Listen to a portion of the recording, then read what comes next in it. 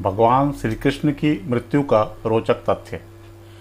भगवान श्री कृष्ण की मृत्यु के बारे में आम मान्यता है कि जब वे एक वृक्ष के नीचे विश्राम कर रहे थे, तब एक बहेलिये के भ्रमवश तीर चलाने की वजह से उनकी मृत्यु हो गई। भ्रम के बारे में यह बताया जाता है कि चूंकि श्री कृष्ण भगवान के अवतार थे, इस कारण उनके पैर के तलवे में पद्ममणि थी। उसी चमक को बहेलिये ने हिरण की आंख समझ लिया और तीर चला दिया। इस बारे में एक मान्यता ये भी है कि महाभारत युद्ध की समाप्ति के बाद जब युधिष्ठिर का राज तिलक हो रहा था, तब कौरवों की माता गांधारी ने युद्ध के लिए श्री कृष्ण को दोषी ठहराते हुए श्राप दिया कि जिस प्रकार कौरव वंश का नाश हुआ है, ठीक उसी प्रकार यदुवंश का भी नाश होगा। इस पर श्री कृष्ण द्वारिका लौटकर यदुवंशियों के साथ प्रभास क्षेत्र में आ गए। वहाँ महाभारत युद्ध की चर्चा के दौरान सात्यकी और कृतवर्मा में विवाद हो गया और सात्यकी ने कृतवर्मा का सिर काट दिया। इससे दोनों पक्षों में युद्ध भड़क गया।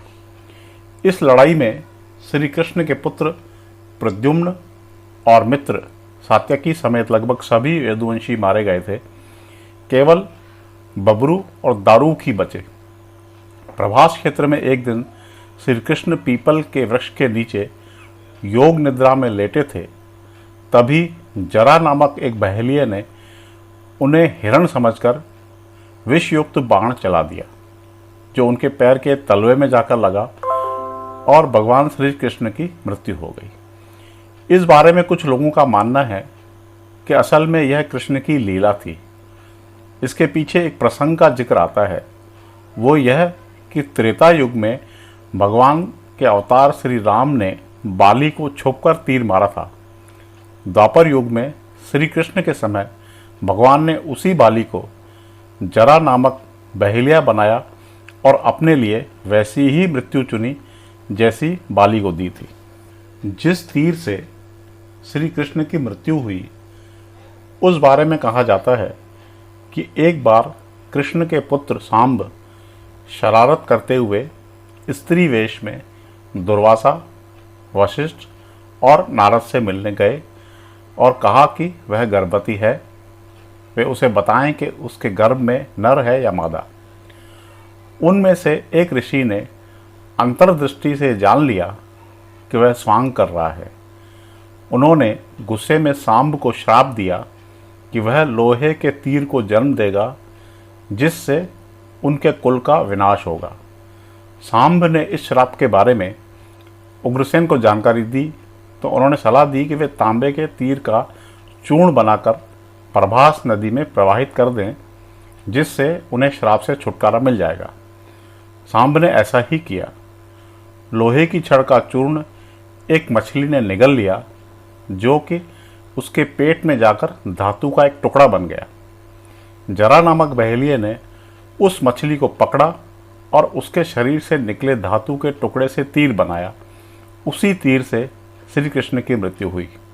इन प्रसंगों से यह तो स्पष्ट है कि श्री कृष्ण की मृत्यु बहेलिये के तीर से हुई। इस बारे में सद्गुरु जग्गी वासुदेव ने और भी रोचक जानकारी दी है। एक प्रवचन के दौरान उन्होंने बताया कि पैर के पंजे में टखने के पास अकिलीज नामक स्नायु बिंदु है, जो कि शरीर की ज्यामिति का एक केंद्र है। बहेलिये ने तीर इसी बिंदु पर मारा था, जिससे श्री कृष्ण की मृत्यु हुई। वस्तुतः वे एक सवाल का जवाब दे रहे थे कि वे प्रवचन के दौरान एक पैर गुदा के नीचे क्यों रखते हैं। इस पर उनका कहना था कि पैर के अकिलीज बिंदु व गुदा के निकट मूलाधार चक्र के संपर्क में आने से शरीर की ज्यामिति बदल जाती है और अतिरिक्त सजगता आ जाती है। इसी के साथ उन्होंने श्री कृष्ण की मृत्यु का कारण तीर के अकिलीज पर लगने को बताया है। वैसे यह स्वाभाविक सा सवाल है कि भला पैर पर तीर लगने मात्र से मृत्यु कैसे हो सकती है।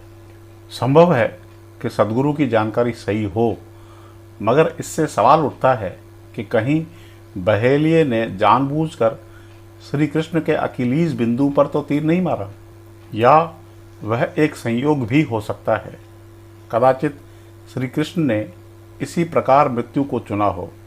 बहरहाल प्रसंगवश बता दें कि श्री गणेश की मूर्तियों में भी उसी प्रकार की मुद्रा होती है जिसका जिक्र सद्गुरु कर रहे हैं।